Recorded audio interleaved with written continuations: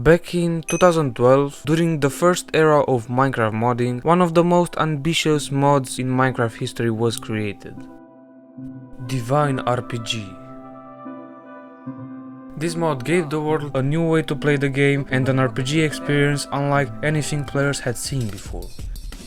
With 8 new dimensions and 22 new bosses, Divine RPG transformed exploration and progression into something massive. But for many players, myself included, Divine RPG was our first real introduction to modern Minecraft discovered through early YouTube playthroughs that define an entire generation. Oh, jeez Louise! And you might notice one that's a bit of a throwback, right? Divine RPG.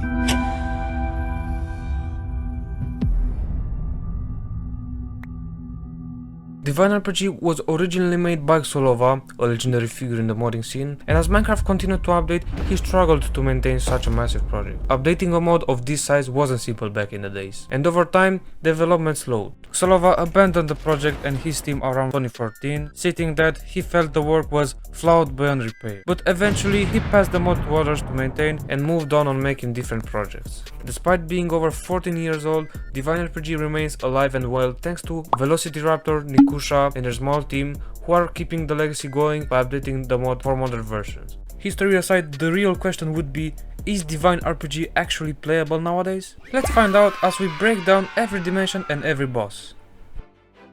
Obviously, the main goal of the mod is to beat all the bosses that are scattered across different dimensions. In the same time, the mod expands the average Minecraft experience by adding new features in the base game. When you create a new world, it feels like you still play vanilla. But in your adventure, you will deal with mobs that are more powerful than usual and a house with a hay bale roof for some reason. In order to thrive in Overworld, you need to be prepared. While exploring in the caves, you can find Realmite, the lowest tier but better than iron, Arlemite, better than Realmite but not better than Diamond, and Rupee, the best Overworld ore that is a bit better than Diamond. You can even craft a bedrock armor, but the best one to start your journey I think is the Rupee or the Elite Realmite armor. It's made out of Realmite blocks and a full set gives you a fall damage immunity. If you're geared up enough, you are ready to beat the first boss, and it's called the Ancient Entity. To spawn him you need to craft the Mysterious Clock, made out of 3 corrupted stones, 1 clock and a hailstone ingot. How do you really get these ingredients? Well, the corrupted stones is made from corrupted shards, shards that are obtainable from killing these 2 mobs in the caves. And the hailstone ingot is a bit more complicated to make. Firstly, you need to pick up Arlemite and Rupee ingots. After, you need to make a tool that smashes them. There are many tools that can do this, but the faster one to craft I think is the Realmite one, or the crab mouth. You need to get 5 crab claws by killing crabs at the beach. Drop the ingots on the ground and right click with the tool on your hand. You will see that those turned into dust. And if you combine both, you get the shadow dust. The last ingredient you need is the tordite chunk, made from 5 tordite ingots, a ore that can be found in the Nether just like netherite. And fun fact, tordite was netherite before netherite.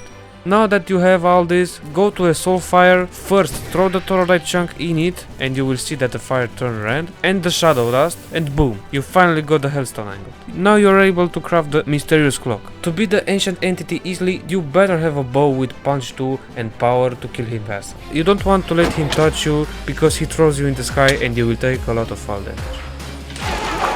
Once you beat the boss, you are rewarded with his statue, some divine shards that you will use later, and a powerful sword called the Sand Slash that deals 18 damage. In the Nether you can spawn the next 2 bosses, but before you go in, you need to have a armor with projectile protection or fire protection at least, because here are spawning the most annoying mobs from Divine. The first boss from the Nether is the King of Scorches. This boss can only be spawned in the Nether with the Infernal Flame. To craft this item you need the Purple Blaze, you get those from the Scorches that spawn on the Soul Sand Valley biomes, and a Inferno Sword made out of blaze powders and redstone. Also the boss drops his statue and soul fire stones. Make sure to keep those in your pocket because you will use them soon. The second boss from the Nether is the Watcher. This one is much harder to beat. He can fly and throw fireballs. It's recommended to have a blast protection armor for this one. To spawn him you need the Call of the Watcher. It's made out from the hailstone ingot, 3 molten stones made with molten shards from the annoying mobs. Then an ingredient that requires to go to the end. The Watching Eye. Before you face the Watcher, you better beat the cage from obsidian if you can. Once beaten, he drops his statue, a ton of toroidite, divine shards and soul firestones. These soul firestones are ingredients for a insane armor that let you fly like in creating, the angelic armor. It's for the better if you make the angelic armor because it makes your life easier overall, especially when you're traveling or when you fight the next bosses. Because yeah, some of the next bosses are flying. The boss from the end is called the Arcana and is rather a horde and is made from 6 of them. Those ones fly and you need to fly too in order to beat them fast. To spawn the horde, you need a horde. To use the horde, right click anywhere you want, but in the end. And this one does not have special drops, but if you beat the boss, you are ready to enter in the Arcana dimension. To get to Arcana, craft portal frames using 2 soul firestones and 3 iron blocks, arrange them in a shape of an end portal, and it will activate automatically once the frames are placed correctly. The surface of Arcana looks like a barren land with nothing but a few strange towers. The main part of the dimension is actually located underground in an endless dungeon maze. The dungeon is filled with doors that require keys to open. To get these, you must find mob spawners and collect the fragments dropped by the mob. Combine these fragments to create collectors. Then find the boss room and at the altar, right click with the collector to summon the small dungeon constructor. He's cute, right? He can drop 4 types of keys: Ancient, Degraded, Soul and Sludge. Use your keys to open doors and find raw Arcanum blocks. Smelt these blocks using collectors to get Arcanum, the main material that merchants want for trading. Your mission here is to buy weapons that deal Arcana damage and to beat the 2 bosses. For the bosses, find a merchant named Lord Vaticus and buy 2 wizard books from him. Find the boss rooms and use the books to spawn them. Once they are defeated and you have your new weapons, you are ready to move on to Iceika.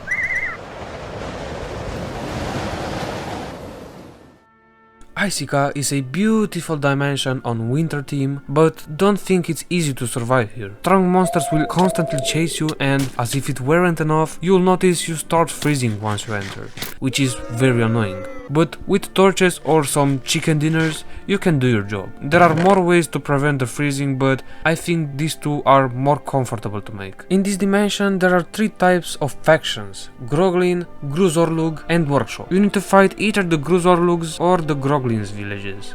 Both factions are aggressive towards you and enemies to each other, and you need to choose the side you wanna be with. If you wanna be good with the Gruzorlugs, you need to fight Groglins. By killing them, you get reputation. If you get your reputation high enough, Gruzorlugs will stop being hostile and you can make trade with them. From them you want the explorer map that gets you to the boss location. The boss is called Kitra and you can't hit him with normal arrows or swords, only with weapons that deal Arcana damage. To spawn him you need a Liopleurodon skull. You get it from the Liopleurodon, a semi-boss that spawns in any type of oceans in Overworld. Once you reach the marked location, head underground into a boneyard biome. You'll need to explore it for a while to find a spawn block. The biome is quite large and the first time I tried to beat this boss, I searched for 2 or 3 hours. Look for this specific type of skull and mine it to find the calcified brain block. Then right click it with the Liopleurodon skull to fight Kitra. Maintaining some distance between yourself and the boss makes the encounter much easier to handle. Those were the first 2 dimensions of Divine RPG. Now it's time for the Twilight Dimensions. There are 5 of them in total, all the same but in alternative versions, all following a similar progression path. And those are basically a big grind. To enter them, you must create temporary portals using specific frozen clocks for each dimension. To make a frozen clock, you first need to place a fire on a cold block, drop an ice stone into the fire, at first throw in a clock showing the afternoon, and after a few seconds the clock will freeze. To make the first portal, you need to throw in the fire a divine stone and right click with the frozen clock that shows midday time. You need to enter quickly because the portal will disappear. Welcome to Eden, the first and most peaceful from all 5 dimensions. To progress in these dimensions, just fight with all these OP mobs for souls. With them you craft Eden fragments, then Eden gems, to finally Eden chunks. With these chunks in each dimension, you can craft blades, armors, blocks, and the most important, this is the item you need to spawn the boss. In all those Twilight Dimensions, you can find mini structures with chests and boss location. With angelic armor, you will not have problems with that. Once you found the boss spawn area, right click with the Eden chunk and the Sunstorm will appear. After beating the boss, you have to choose between going back in the overworld or progressing to the next dimension. For going back, you can either make another temporary portal or a normal portal.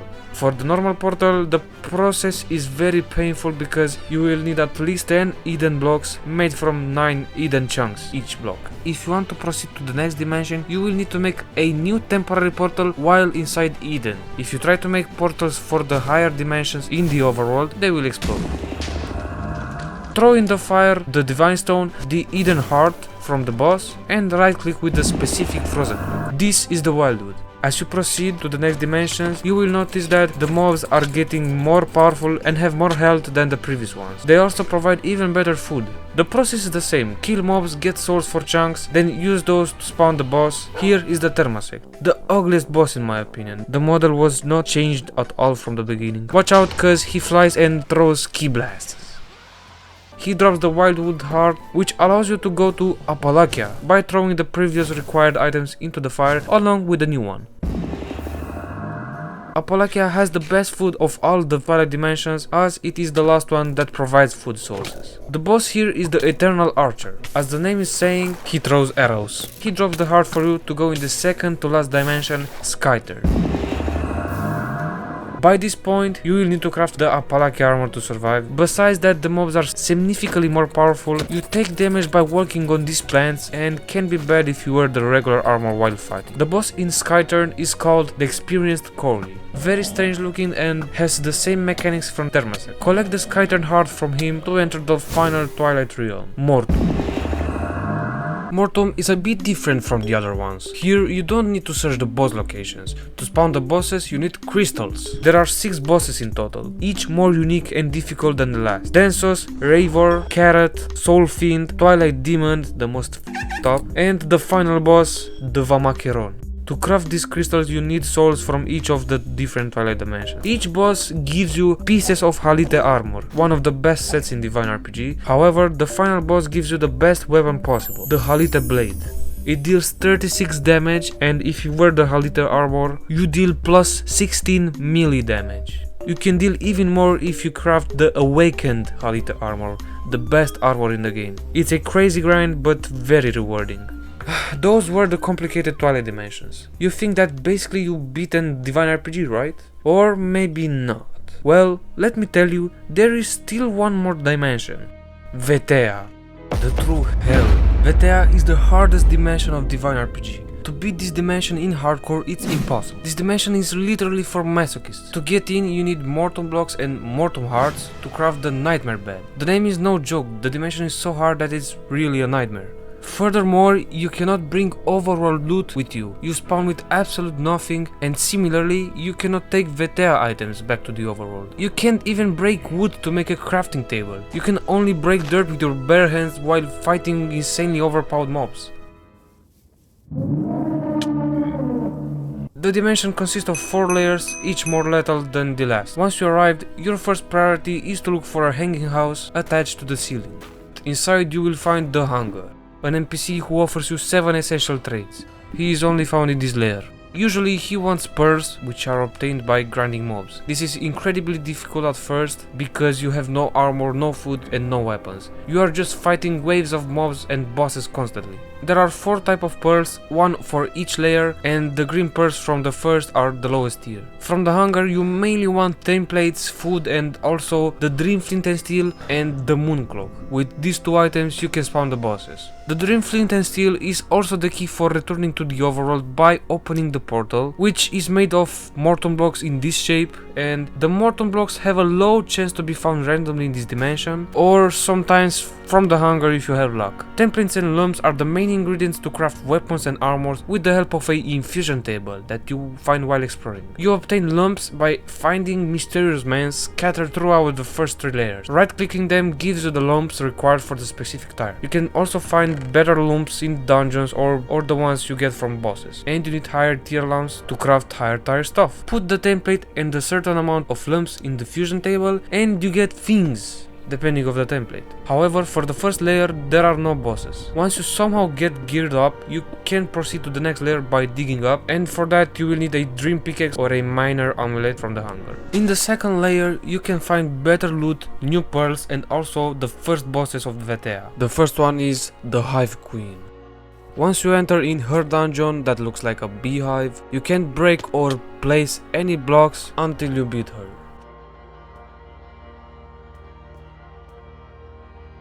If you feel confident, right click the egg and good luck, soldier. And the second boss, Quadro, found at the quadratic outpost. It generates like the hunger house in the ceiling, and to spawn it you need the dream flint and steel. Enough of you. You don't deserve my kill. The third layer contains even more difficult mobs that gives you the red pearls. Here you can also find the next 2 bosses, Karos, and the Lady Luna boss. She's the only one who is spawned with the moon claw. And finally you have the last layer, where you can get the shiny pearls, the best ones and the hardest to get. And here are the last 2 bosses, Raglock and the hardest boss of Divine RPG ever, the Rat. You best learn now while you've still got the chance to live. I do love the smell of death. The wreck has 5000 HP and basically one-shots you. What's interesting about these 2 boss chambers is that you have to do a parkour for reaching the bosses. And guess what? After you finish Vethea, you go home with nothing.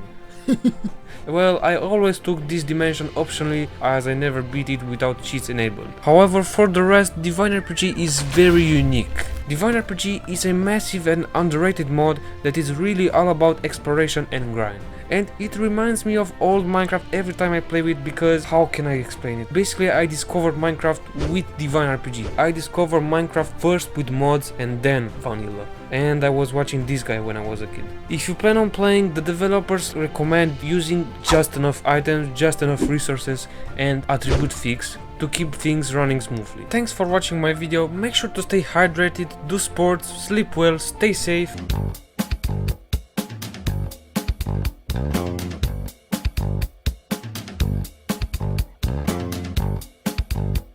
And I guess that's it.